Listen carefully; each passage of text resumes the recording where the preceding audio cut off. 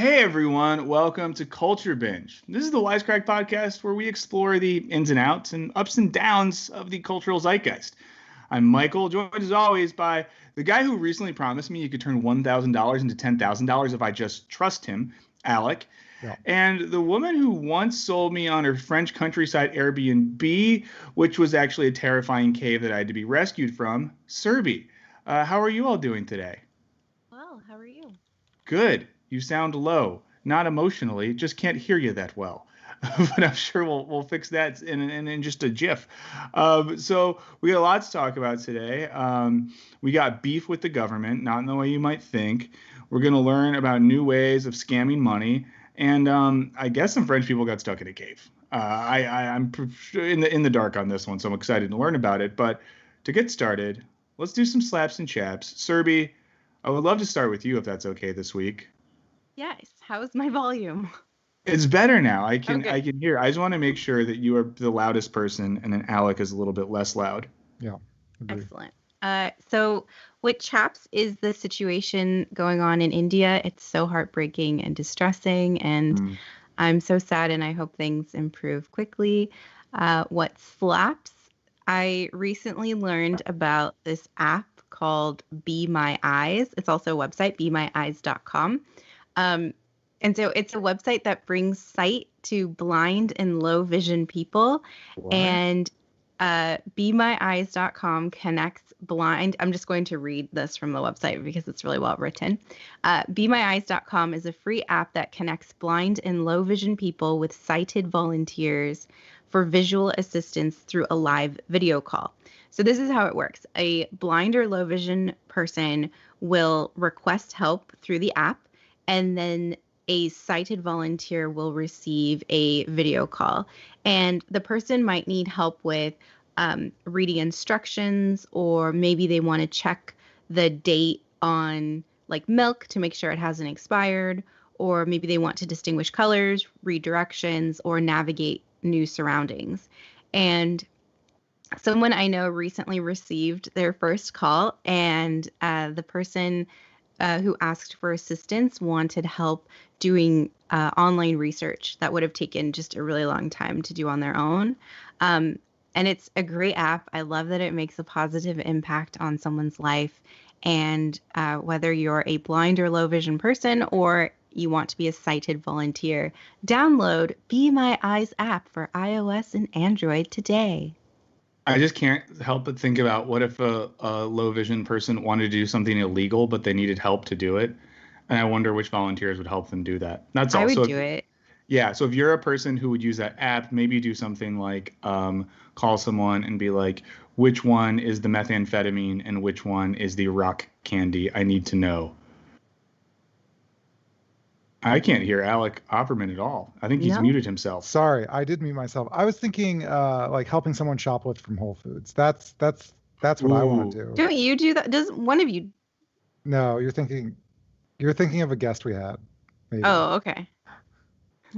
Oh yeah. No, stealing from Whole Foods is great. Although I realize if you go when it's not at the rush and you're at the self-checkout, there's more likely to be employees just standing there. So I think if you are going to do that, which you shouldn't, but if you are, go when it's more crowded because the employees aren't there. But also, if I'm working at Whole Foods, getting paid, $12 an hour, I don't care. Steal anything in front of me.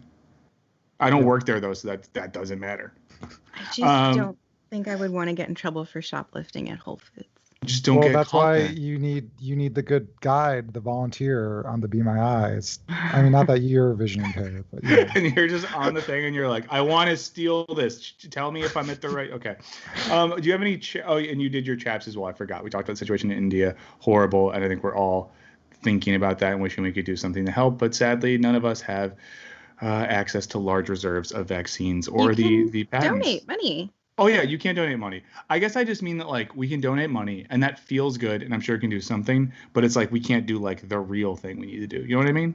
Well, Is that fair? we could, write mean things about Bill Gates and how he's used his billions of dollars to advocate for patent restrictions that make it impossible for places like India to get waivers to, Let's make another video about how Bill Gates sucks. I didn't know this. Oh yeah, Yeah. Lindsay McGooey, No Such Thing as a Free Gift. There's a lot of good journalism about this, specifically with the Oxford AstraZeneca vaccine. Oxford University wanted to make the intellectual property free and open to the world because they, had received, I think, government support. And Bill Gates and his crowd came and was like, no, you need to patent this. And so not that specifically Oxford, the AstraZeneca vaccine would be the sort of magic bullet in India, but it's like this sort of patent regime of laws around it. Google about it. There's good journalist Tim Schwab, I think, is one who talk a lot about this. What a monster. Yeah. Yeah. Everyone Google it and get real mad. Speaking of real mad, but first, real positive. Alex, slaps and chaps. Oh yeah, still boycotting chaps. Everything's great. Here's my chap. Serby on her slaps always has something like wholesome and uplifting and positive for the community. She does. And I think that's great. But what chaps is it makes me feel like the garbage human that I am. Yeah. So I'm like chaps, a mirror. I reflect back what you see. What chaps is Serby reflecting my inner rottenness. But what slaps is I discovered a new podcast. I don't even remember how. I feel like several people told me about it. So sorry if I am ignoring them or not giving them the credit. But Maintenance Phase, I did some hiking, listened to like 4 episodes. It's about the diet and wellness industry and how most of it's bullshit, but like in a way that I find is very like refreshing, smart, and nuanced. These are journalists who talk a lot about like methodology of studies. They are not overwhelmingly. They did a whole episode about Halo Top, which I thought was incredible because it's like, listen, it's a tasty food. It's good. It's not necessarily like going to kill you or anything like that. However, like all the marketing claims are super fucked up. And so like, don't feel bad eating Halo Top if you like it, but also don't fall for all their bullshit. They did a thing about The Biggest Loser, which is a very fucked up show. I've learned. I never watched it. One of my good friends was on that show. If we ever want to talk to him about it, I'm sure he'd come on. I do. Did they sign an NDA? And he's making a documentary about his experience on it, and I bet he would love to talk about it on here. Yes. This is normally something that I would say when we're not streaming, but I'm just going to say it that we should invite him on. He's a really great guy. Yeah, but anyway, Maintenance Phase, I think it's really good. I think the research is good, the reporting is good, and people who like calling out bullshit things will like it. That sounds really good. I'm going to look that up. And I actually am. Sometimes people say that, like on a podcast because they want to give this semblance like, oh, we're all friends and take each other's advice. I'm actually going to listen to that. Great. Usually okay. what I do. Yeah. So slaps and chaps. I have 2 slaps written down, but I'm just going to pick one. Okay. I got really happy in the past week because concerts started coming back. I started to get pretty excited because I saw a friend who works in the music industry, and I asked him if he had like any news on when concerts would come back. And like he was like a spy. He kind of like looked both ways and was like, you're going to start hearing stuff in the next few weeks. And he was right. A lot of outdoor venues where I live have started to announce concerts, some indoor places for the fall. Live music's one of my favorite things, and one of the things that makes me feel like I don't want to just like, go into the ocean and never come back. So I'm very excited that that's happening. The chap, which is kind of related, is so I did, and to be clear, so no one judges me, I'm fully vaccinated. But myself and a fully vaccinated friend, my best friend, in fact, who hadn't really hung out one-on-one and done something in a long time, went to a brewery this weekend and sat outside and had a beer, and it was fun, but also I found it really hard to like readjust to being out in the world and seeing all these people and all this stuff. And I was, I guess, like, and this is very naive, I had the realization, I was like, oh man, this past year might have fucked me up a little bit. Oh yeah. And I just wasn't quite ready for that. So now I've been thinking about like how I need to plan a gradual readjustment into socialization. But I'll call that a chat because as an extrovert, I was excited to be back in the world, and the world was scary. God. Yeah. If this was hard for you, I'm terrified for people who are introverts and don't like being outside with other humans. Oh, you guys are fucked. I know. Just thinking about it is making me like my heart's palpitating. But in fairness too, I'm an extrovert who's also neurotic and anxious. So I think let's blame my stuff on my extra doses of neuroticism and anxiety. I'm sure for everyone else it'll be fine and great. Probably. Or we're all gonna die. Okay, so let's get into our topics. Like I said before, we're gonna talk about some caves. We're gonna talk about some finance stuff. So definitely get your bankers on the phone because you're gonna want to make some big investments by the time this is done. But let's start. We're going to get like real political. I know everyone, you listen to this and you think we often avoid things. We're subtle, but we're going to get right into it. And we're going to talk about the government's beef problem and the government's attack on big beef. I'm just kidding, but fun story this week. So the government or the president released some new climate standards. That's good. You know, we care about the environment, blah, blah, blah. That's great. But the media response on the right was kind of funny. And it was kind of funny because Larry Kudlow, for one, put out a statement or tweeted he said something on Fox News about how the president wants us to all be drinking plant-based beer and grilling Brussels sprouts. First of all, what does he think beer is made of? Does he think beer? Wait, did he really say that? Swear to God, look it up. Google it. I thought you were being like exaggerating, like plant-based beer. What a dumb, but he actually said that. I mean, here I'll give you the quote this is Larry Kudlow said this. That he wants you. He said on July 4th, you'd have to throw back a plant-based beer with your grilled Brussels sprouts. He said that on Fox News.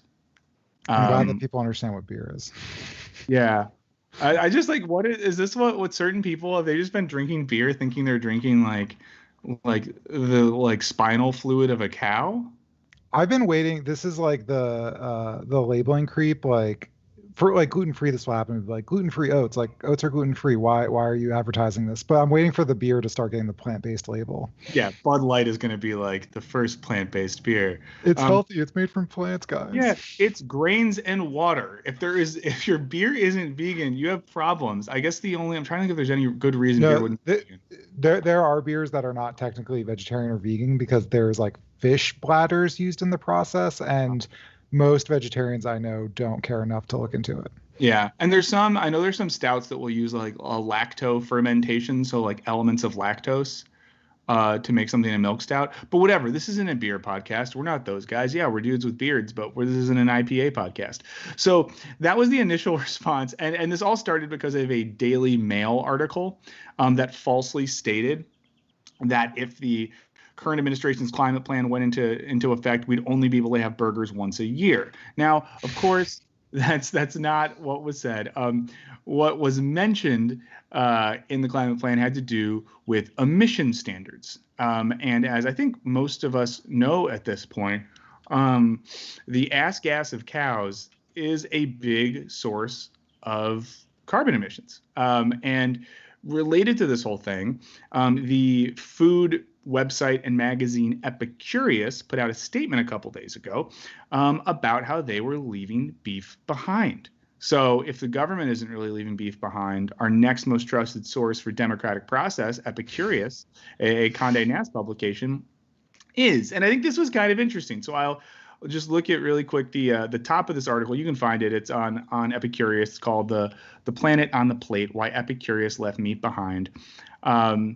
They say this is the lead of their article. It says, for any person or publication wanting to envision a more sustainable way to cook, cutting out beef is a worthwhile first step. Almost 15% of greenhouse gas emissions globally come from livestock and everything involved in raising it.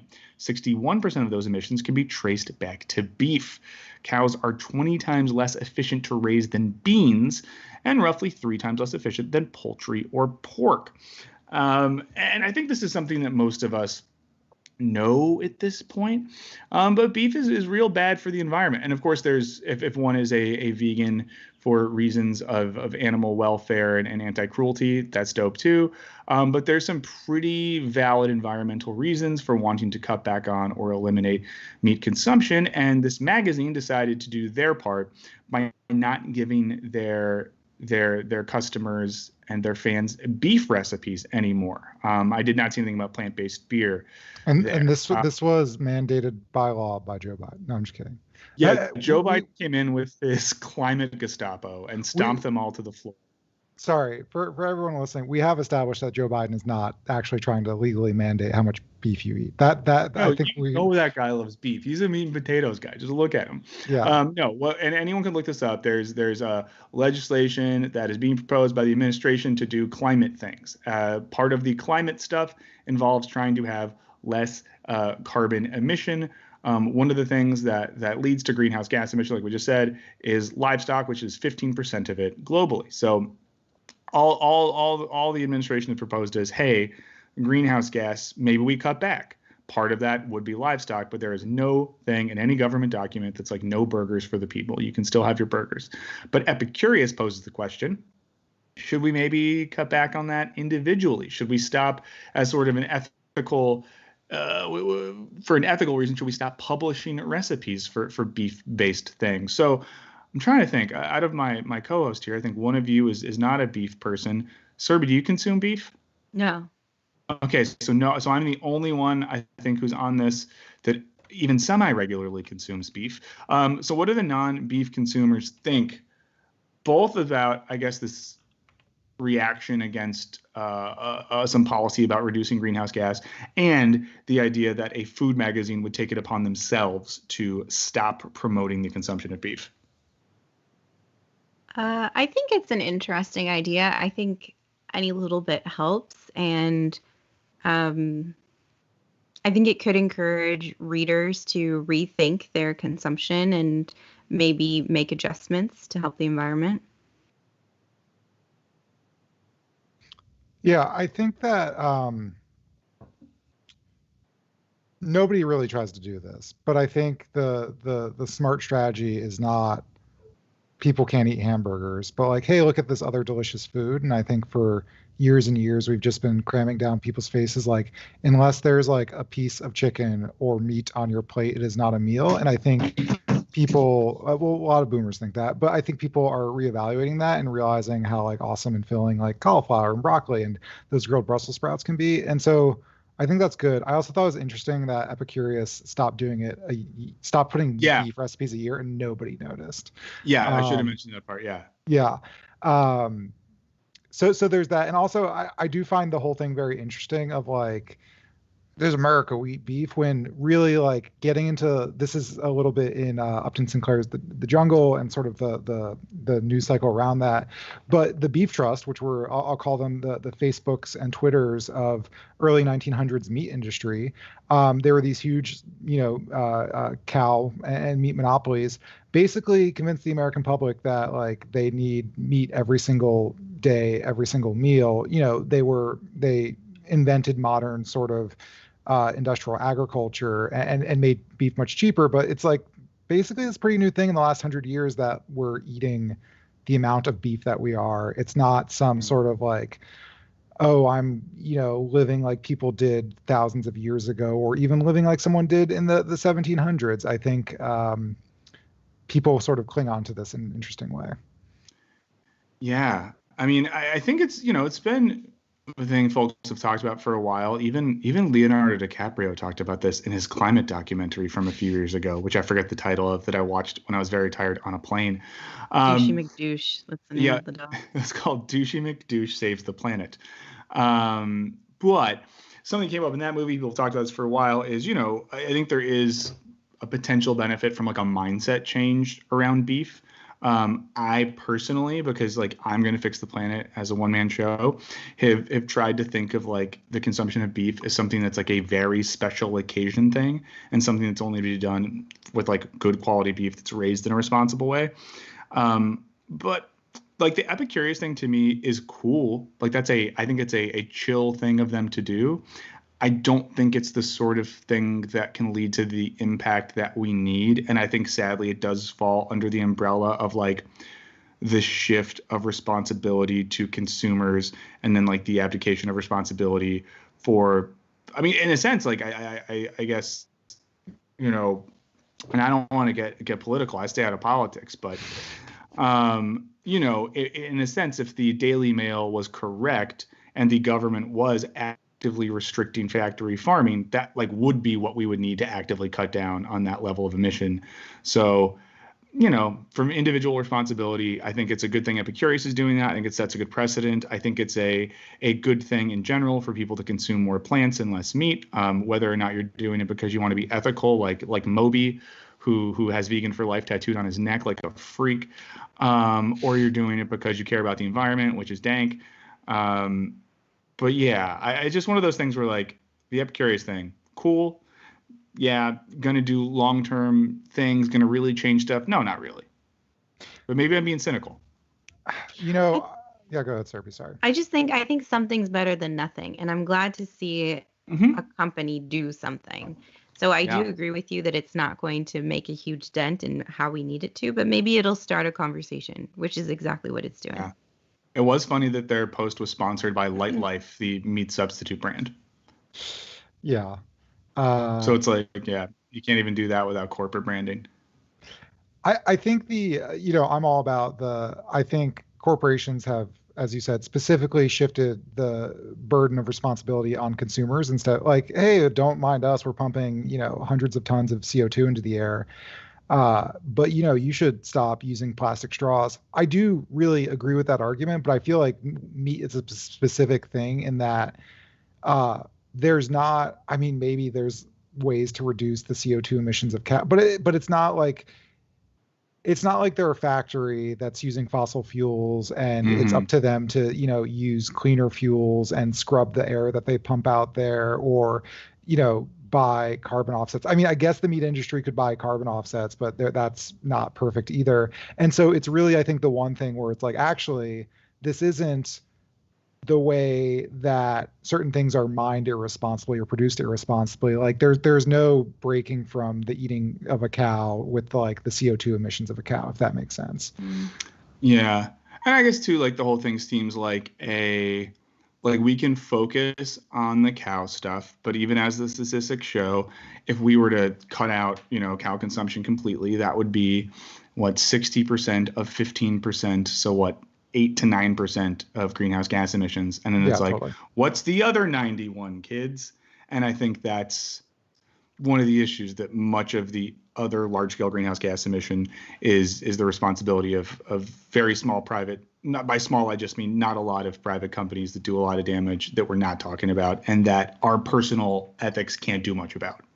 Yeah, I this is a little unrelated. I just want to say the comments happening in the live chat are interesting because I'm used to saying something like, oh, I don't eat meat, and everyone calling me some sort of soy boy cuck. Fine, whatever. I probably am that. Or like weird conspiracy theories not conspiracy theories. Like, where do you get your protein, bro? Like dumb shit. I would say 90% of the messages are not like that. And it seems like at least the audience today is, various degrees of like industrial farming's the problem, or meat is like you're a whiny baby if you can't eat less meat. And so I find maybe I'm witnessing a cultural shift. Maybe it's just based on who clicked on this video. I don't know. I find it very interesting. I'm used to just constantly shutting up about my dietary habits because people like to make jokes. No, people are accepting you and your diet for who they are, and I really appreciate that. Do people ever, Alec, when you go out to eat or when you used to go out to eat with other people, did others try to force you to eat meat or like make comments about how like it makes them uncomfortable that you don't eat meat? Because I've always had that happen to me. No, but also I became vegetarian as an adult, and I feel like the people I was around were not that. Although I will say when I was younger, and I've said this before, when I was young, I was a piece of shit. I would like make fun of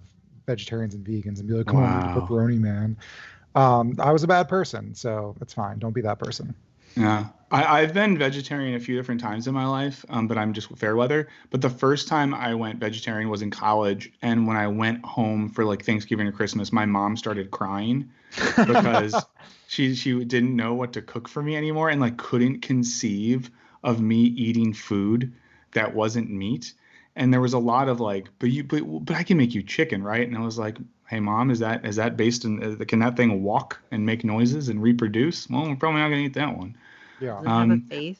But I feel like we're past that, though. Like, I just don't know anyone who would, like, make fun of a vegan or vegetarian these days. That just seems fucking whack. That's stupid. Like, there's so many good reasons to make fun of your friends.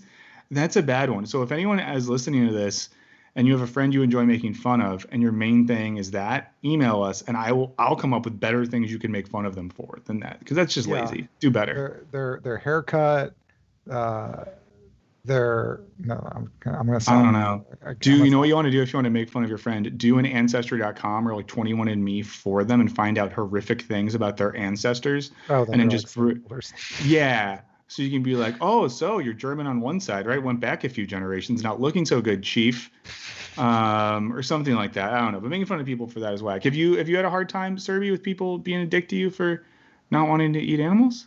I have had that, yeah. Or like people saying, one of my friends' husband, so he would say to me, it makes me really uncomfortable that you don't eat meat and you don't drink a lot. It like makes me feel really bad. And I Ew. was like, why do my life choices make you feel bad about yourself? Maybe you should engage in some That's self-examination there. Maybe it's about how like your wholesomeness makes me feel uncomfortable because I'm a bad person. That's just what's happening on the like yeah. dietary level with this This person. sounds like someone who just like has a straight up drinking problem and eats too much meat and then sees someone who has healthy relationships and boundaries with those things and is like, it makes me uncomfortable that seeing your boundaries and resolve reminds me that I have an inability to do these things. So I think the same thing about people that don't drink. Like I hate that. Yeah. Like when people that don't drink get treated like that's weird, or when they're like, it makes me uncomfortable. Like why? Like that to me, that just means you have a problem. If anyone ever says to me like, it makes me uncomfortable that Brussels so and so's at sprouts the are party a and not drinking. microaggression on my being. They're too Yeah. green and leafy. Guys, there's so many good. I'm gonna fuck up the name. Olera brassica is the name of like the plant family. That's Brussels sprouts, broccoli, Uh-huh. etc. There's the class of memes about them. It's just vegetable memes. Who would have thought? So good. Google it. Yeah. Well, Brussels here, sprouts are good.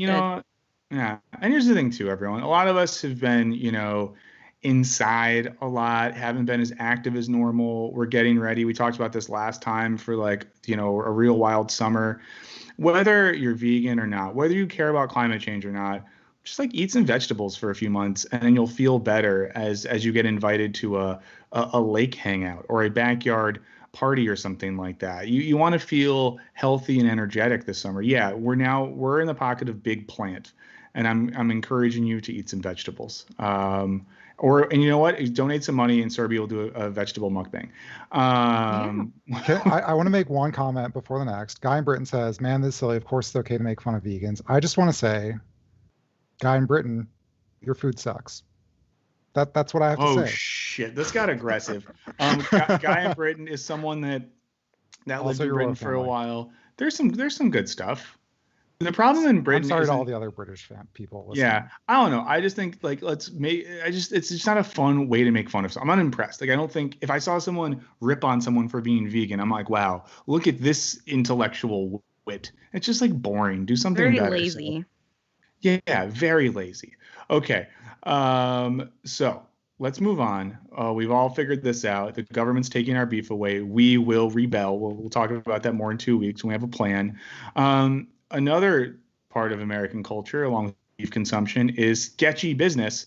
Alec, I feel like you're on the beat of sketchy business news or sketchy investment news this Yeah, week. maybe I've mentioned this before. There's a YouTube channel that's worth checking out called CoffeeZilla, kind of spelled exactly the way it looks.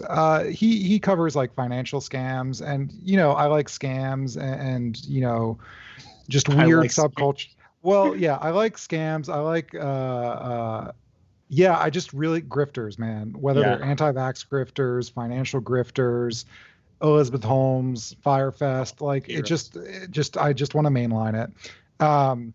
But the oh Jesus, sorry, I'm looking for my notes, but they are on a different tab. I got too many tabs. It's okay. You're gonna find them. Go through your tabs.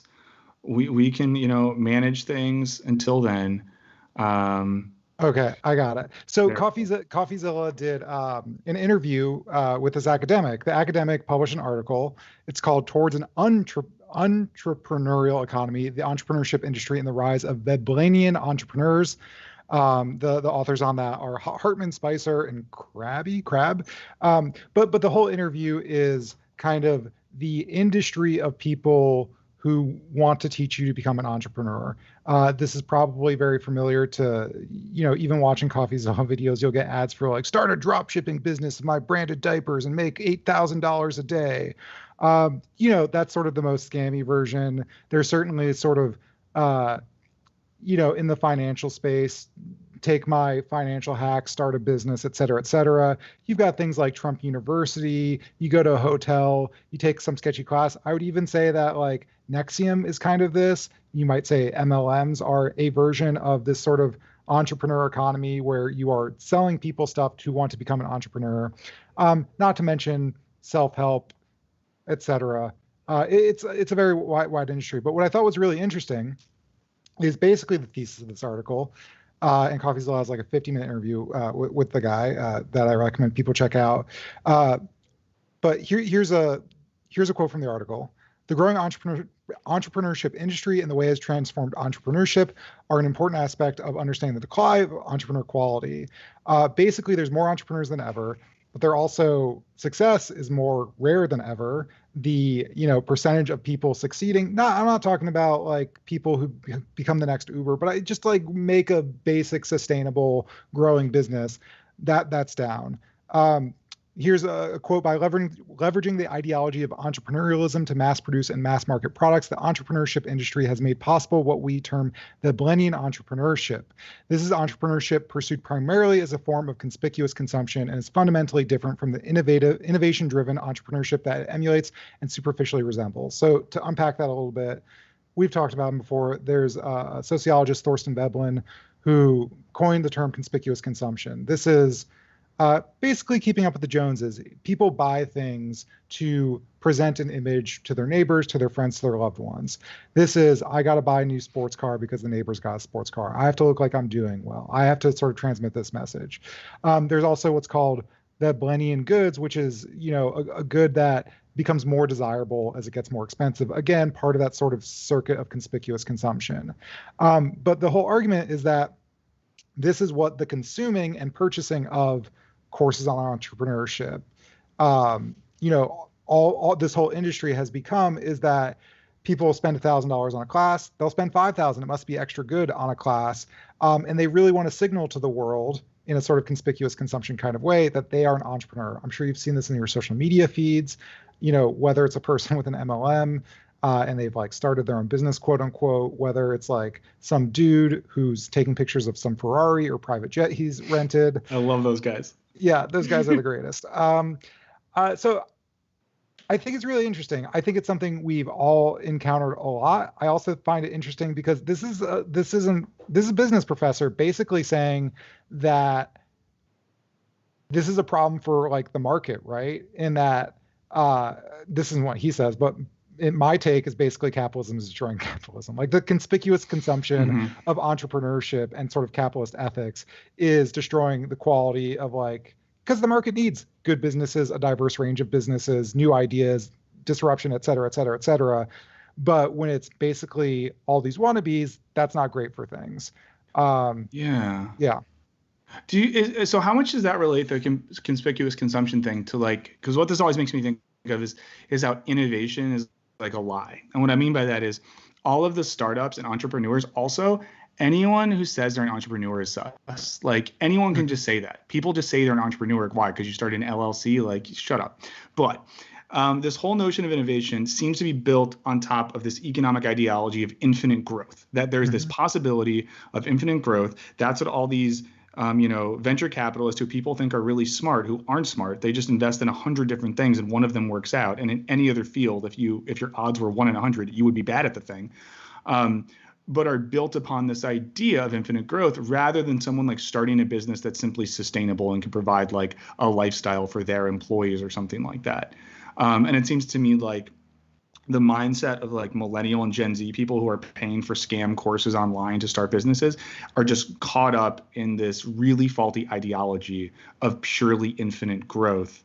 And that's like accelerating all of the worst aspects of contemporary capitalism. But does that seem to be a part of this too, or am I just getting conspiratorial?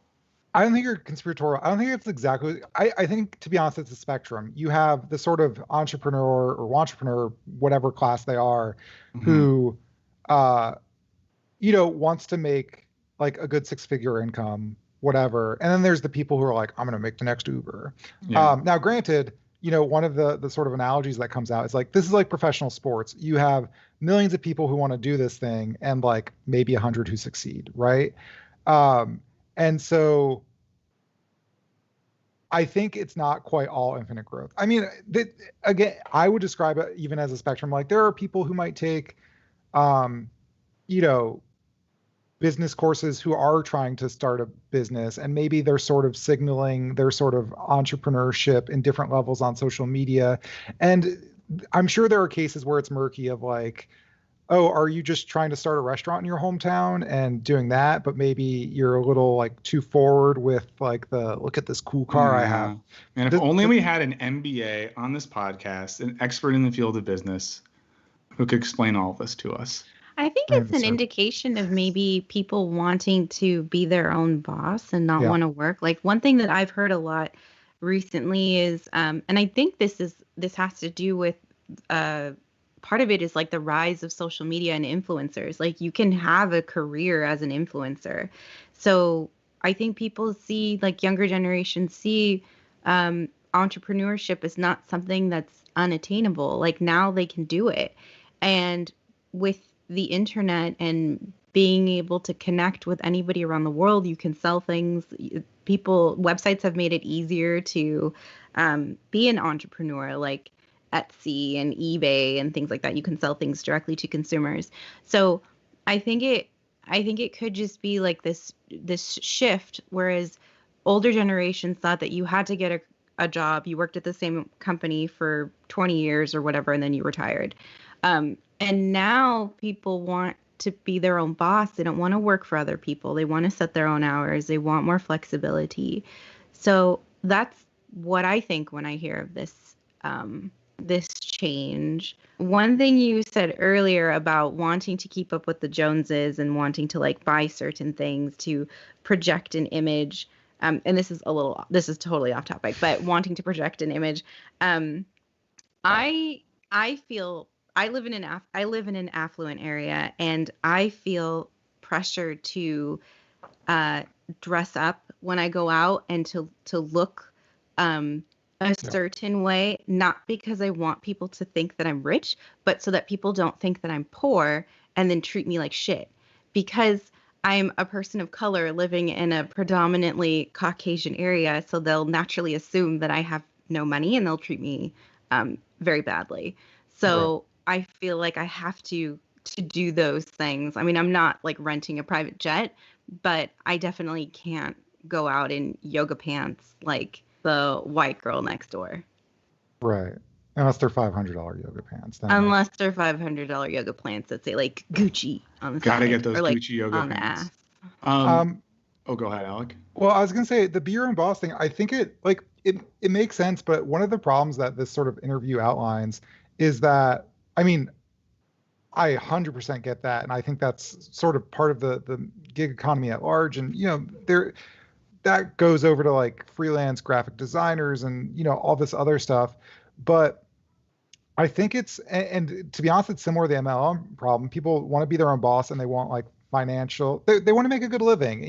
Maybe they're sort of dreaming a little too high of like, I'm going to make millions of dollars doing this. But yeah, at the end of the day, I think people want to pay their bills. They want to save money.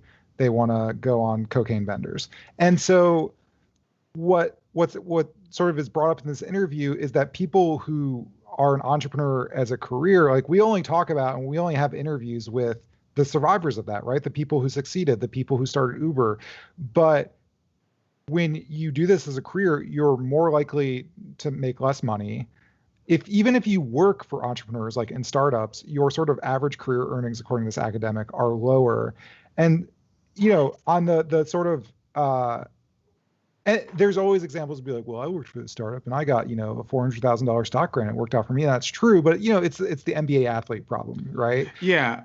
I think Serby made a really important distinction before between like the person who, whether they're an influencer or starts an Etsy business or something on their own versus the sort of like magical thinking of a lot of entrepreneurship. Because I do think someone who like makes cool shit on Etsy has a tangible product and is able to actually make money off that without the need of speculative investment. That's great. And honestly, like I've probably trashed influencing before on this podcast. I apologize. But most influencers are better at business than most entrepreneurial startups because the startups don't make money. They have negative income, whereas the influencers at least are bringing in positive revenue. So I think there's like this distinction between those who want to branch out on their own by, having a product or a service that is a tangible thing they create and are able to bring in positive income for, and people who, sell ideas who don't have tangible products and it's all built on speculative investment. And, out of these people too, I just have to say, like, my least favorite type of person in this world, this is a tangent, but I'll say it, are like the Tim Ferrisses and Gary V's of the world, who have never really done anything but write books about how you can do the things they've never done and make a ton of money off that, and who've like come into inherited wealth, made one good investment, and now they make millions on like speaking tours and online courses and all that shit. It's just the biggest scam artist bullshit. So start an Etsy store. But either way, I thought that was an important distinction that Serby made before. I will say, if anyone's been involved in any sort of like part of this, whether taking, online courses for $100 or $1,000, I mean, I get it. I kind of want to hear from you. Email us at culturebinge@wisecrack.co. Maybe you've been the coach. I don't know. I just want to hear it all, because I think the whole space is very fascinating. And again, it is the spectrum of like the most outright scams to like, oh, this is good business advice, but most of the people who get this advice still aren't going to succeed, and maybe that's okay, I have a good scam entrepreneurial company story, but I think I might have signed an NDA. That means I shouldn't talk about it. Yeah, I know about that. I'll look into it. All I'll say is that many companies are they're full of shit. But yeah, I would love to hear people's stories with that. I would love to hear any examples of people getting caught up in this stuff. Any final thoughts on this before we move on to what I am finding the most fascinating and thought-provoking topic of the day? Okay, so often, Alec, are you guys going to say that? I was going to say, if you start a business, obviously email Serby and give her a 1% ownership stake just for no work. Cut us in. She has an MBA. I mean, yeah, but also I'll tell you if your idea is dumb or not. Yeah, everyone send business ideas to culturebinge@wisecrack.co, and Serby will respond with either yes or no. Nothing else. She'll just tell you if your business idea is good or bad, because she has things to do, like get Gucci sweatpants so she can walk around the neighborhood comfortably. Now, most weeks on this podcast, topics come up, and we share links to things, and then for the most part, we like look at them because we want to be informed going into this. This is the rare case where I saw Serby's topic and just thought to myself, I want to know nothing, because I want to experience this live. I want Serby to explain what happened, and I just want to experience it like an enthusiastic child who knows nothing. So all I know, Serby, is we're going to learn about French cave people. It's not that exciting. I should have written a little bit more in Telegram. I saw the excitement and I was like, oh, they're going to be disappointed. So over the weekend, 15 volunteers emerged from a dark cave in southwestern France. For 40 days, the group lived and explored the cave as part of the Deep Time Project. Scientists at the Human Adaptation Institute led a 1.2 million euro, which is $1.5 million, project. And they say that the experiment will help them better understand how people adapt to drastic changes in living conditions and environments. So inside the cave, there was no sunlight. The temperature was 10 degrees Celsius, which is 50 degrees Fahrenheit, and their relative humidity was 100%. And the volunteers had no contact with anybody, with family, friends. They couldn't watch the news. They had nothing. Participants naturally lost their sense of time when the researchers went to go get them to tell them that their 40 days was up. One volunteer thought that they had been there for only 23 days, while others believed that it was closer to 30 days. And the volunteers followed their biological clocks to know when to wake up, go to sleep, and eat. And they counted days in sleep cycles rather than hours, because they didn't have cell phones or watches.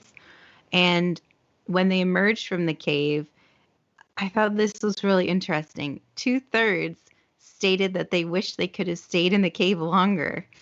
And they wanted to finish group projects. And there's no information about what these group projects were. But they... orgies. Oh, 100%. I was like, French people in the cave. I was like, 100% cave orgies. And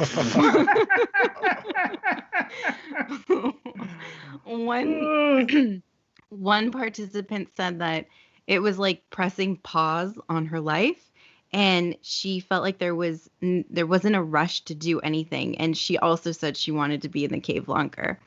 And this is interesting to me because, first of all, it feels like a lot of money to spend on having 15 people in a cave, but also I'm I'm unsure whether it's because it already feels like we've all been confined and living in the cave for a past year, but or it's like spending 40 days with strangers in a confined space.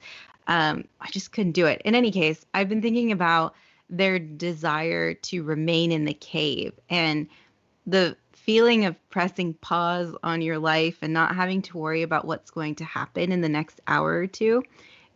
It feels like this experiment tells a story of people not wanting to, people not being able to live in the moment or feel free from obligations.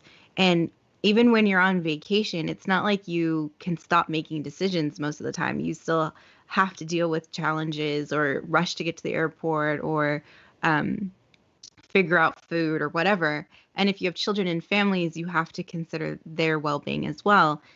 So in the cave, you don't have to worry about anything. The food was given to you. You could sleep. You could work on your group projects. You could ride your little bike to get electricity.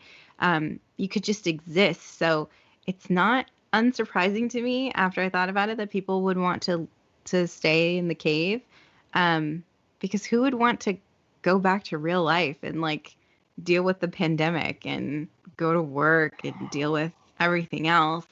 So I wouldn't want to live in a cave with other strangers, but I can see the appeal in wanting to disconnect completely from the world and wanting to focus on small tasks that could make me feel productive. I'm very interested in what these group projects were. And if anyone listening is a cave dweller who participated in this One of the 15 experiment, people. Yeah. please The odds reach are high. out. Desperate to speak to you. I think they were starting business. They were starting businesses to teach people business classes. Was the group project, right? Oh boy. Yeah. Oh boy. Okay, this is like both really cool and really sad because to me it's just like modern life is so shit that they put these people in a fucking damp cave with no time or anything, and they were like, please don't make us come out. And these are French people who have 37-hour work weeks and mandatory 1-hour lunch breaks and fucking 8 years off if they get pregnant. Not really 8 years off, it's like 1. But like French life isn't even that bad, all things considered. Great wine culture too. And they wanted to stay in the cave. That just makes me sad. Yeah. It reminds me of there's like in psychoanalysis the idea of the death drive, which is like we all want to return to the warm, non-existent embrace of our mother's womb. In that, like, life is painful, it hurts, and don't we just want to not exist? And it feels like instead of a womb, it's a cave, and instead of death, it's group projects. I don't know. Yeah, I don't know if it said anything in the article about the survey, but like one thought too is without the sun, I just feel like, did no one have seasonal affective disorder in there? I just feel like I would get so low energy. I wonder if they gave them vitamin supplements. Also, I don't know how long it takes to kick in. Vitamin Ritalin or vitamin cocaine or something. No, isn't seasonal? It's vitamin D. Right? Vitamin D, yeah, and you can do light box therapy. Maybe they got light boxes on their bikes. There's not a lot of information about this. No information about light boxes, vitamins. Hopefully they make a documentary so we can watch it and see what it was like.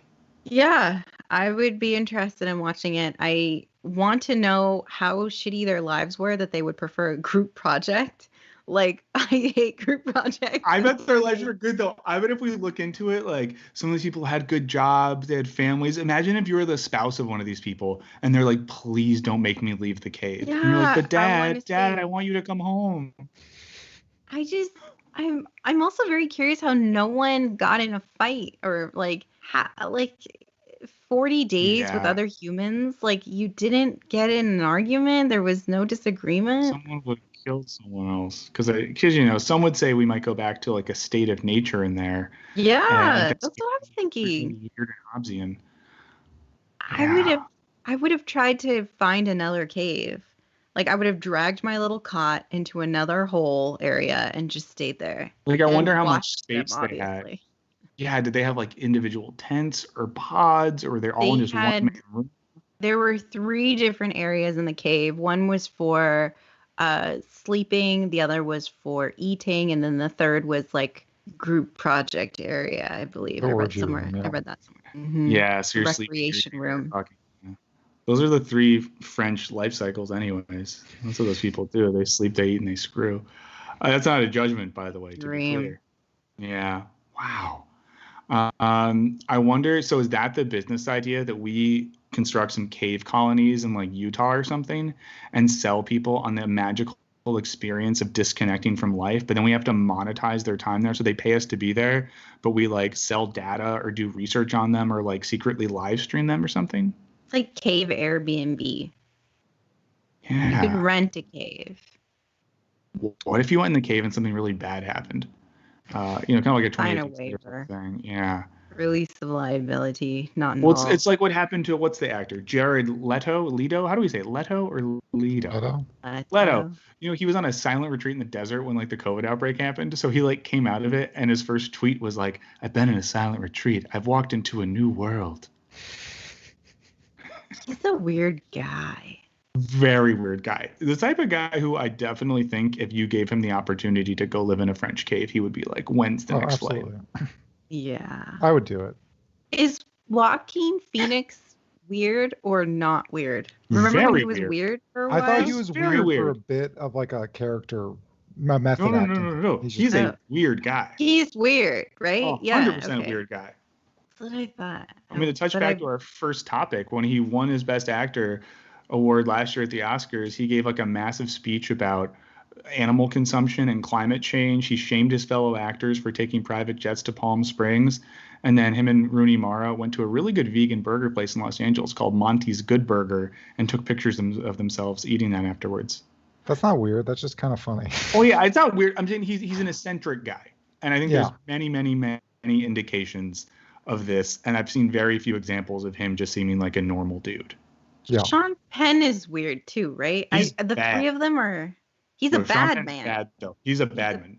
He's done all this good stuff recently, but it doesn't, just because you do a bunch of good stuff related to vaccines or issues in Haiti doesn't mean that, like, not to get too dark, that you didn't like abduct and rape and beat. Madonna.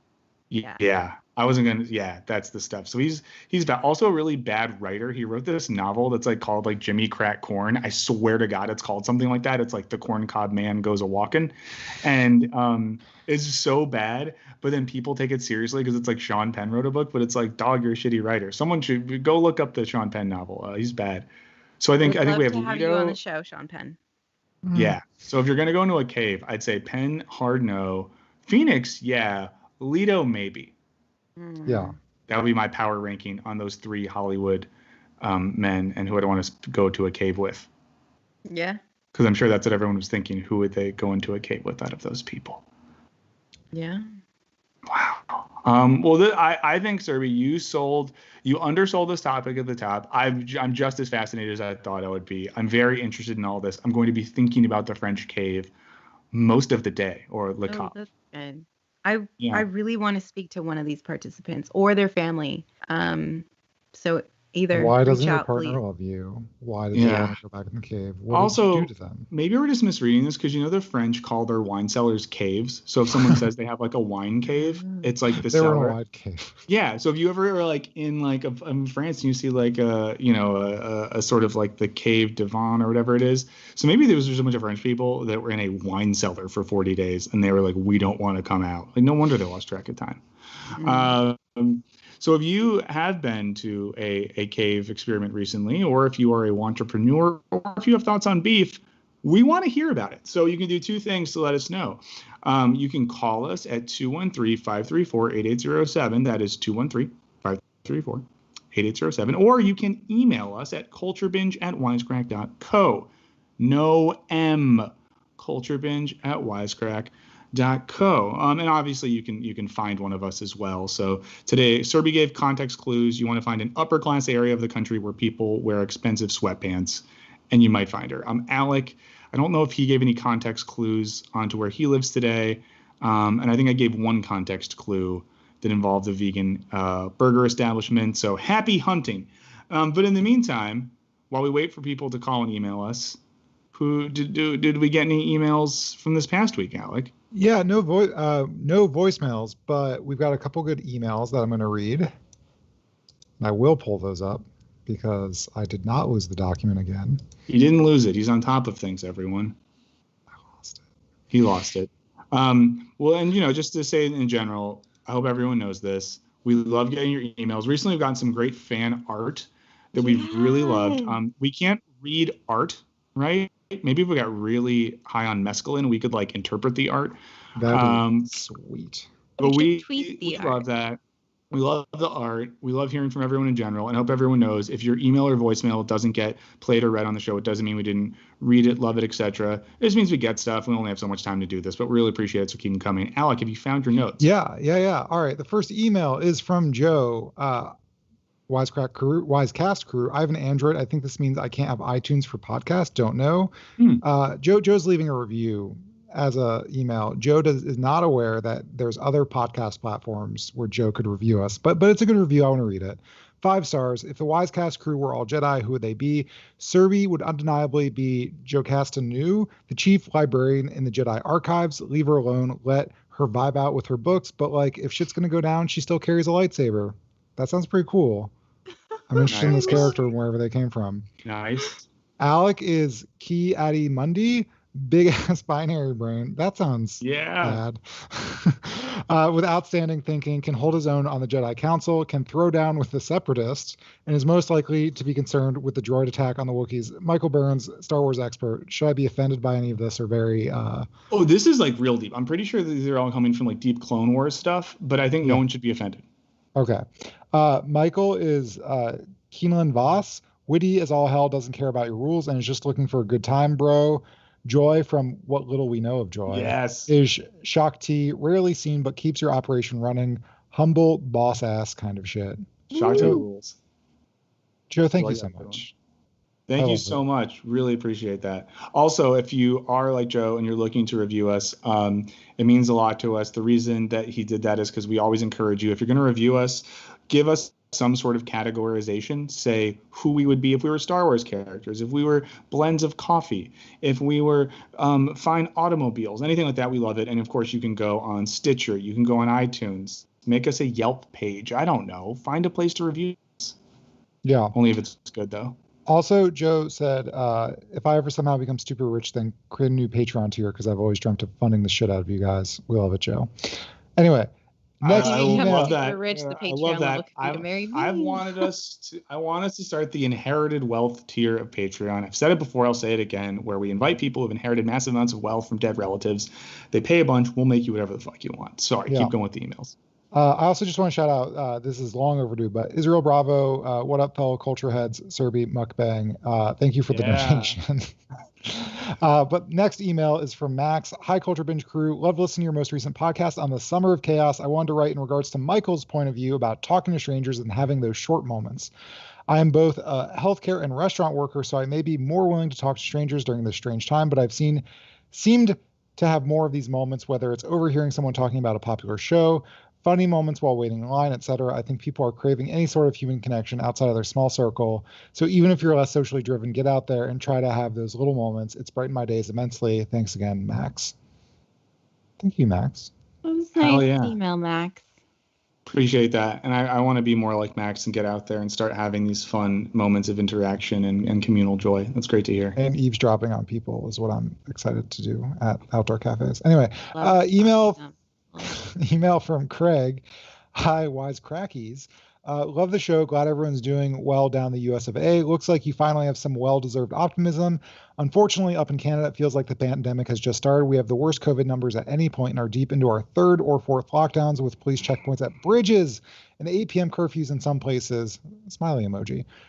Hearing the topics of the show about summer chaos and return to the office, I had to stop listening. It seems so far away from that up here. It was just painful to listen to. LOL. There's a lot of very negative things here, Craig, punctuated by fun, lighthearted emojis. And I'm just saying it's okay to be sad. Anyway. That sucks. I didn't realize that. I feel bad now that we're just out here bragging about stuff. It sucks. Yeah, as someone likely 6 months away from being able to do anything social, obviously this is just up to your comfort levels, but go do something social when you first can, even if it's just hugging a parent or friend. Damn. Anyway, love what you do. Keep on and go. Keep on keeping on and go and take your shirt off and hug a stranger when it is reasonably safe to do so. when Anthony Fauci says we can. Wait, did he say take your shirt off and hug He said strangers, take or your did shirt you off. say I'm that? saying when That's Anthony Fauci awesome. says I can take my shirt off and hug strangers, I will do so. Yeah, I'm sorry. You know, we got a lot of international listeners from Brazil, from Canada.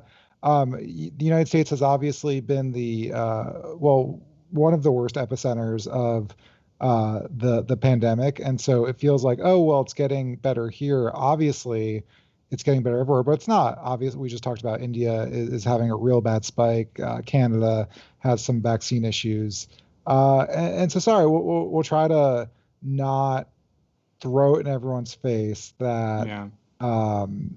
you know, being vaccinated is cool, which Well, it and is. as members of the non-terror group called the Flag Smashers, we wish that there weren't these borders and that everyone could get access to vaccinations equitably and fairly. If it wasn't for that damn Falcon and his friends, we could do it. That's it. Those are the That's it. emails. Thank you. Great. Thank you so much for everyone writing in. Thank you for listening, Craig. Sorry that we ruined your day and maybe your life, to be honest. I don't know. No, I hope we didn't ruin your life. Very sorry. And Greg, whenever we can, we'll come to Canada and buy you a Molson or whatever it is you drink, because technically we're kind of employees of a Canadian company. So I think we're allowed to just go whenever we want, and we get things for free. That said, please write and email us, everyone. 213-534-8807. That's 213-534-8807. culturebinge@wisecrack.co. As always, if you like the podcast, subscribe, rate, review, however you can do it. There's many ways. You're all smart. And just make the review fun. We want you. We know that you're all creative, weird, funny, bizarre, insightful, and we want to see that in the reviews. We'll definitely read them on here when we get them. We'll be back in a couple weeks, and just pay attention. We'll try to tweet it out or something like that if we're going to broadcast on a different day than our regular Wednesday, because we want you to know. We want you to be here so you can be in the chat. Unless you're not based, and we don't want you in the chat. But in the meantime, any other comments from y'all for this one? Are we ready to sign off? Ready to sign off. Thanks so much for the fan art. Keep it coming. Thank you for the art. Keep it coming, and we will see you all together in a cave soon. It's gonna get weird. This has been Culture Binge. Goodbye.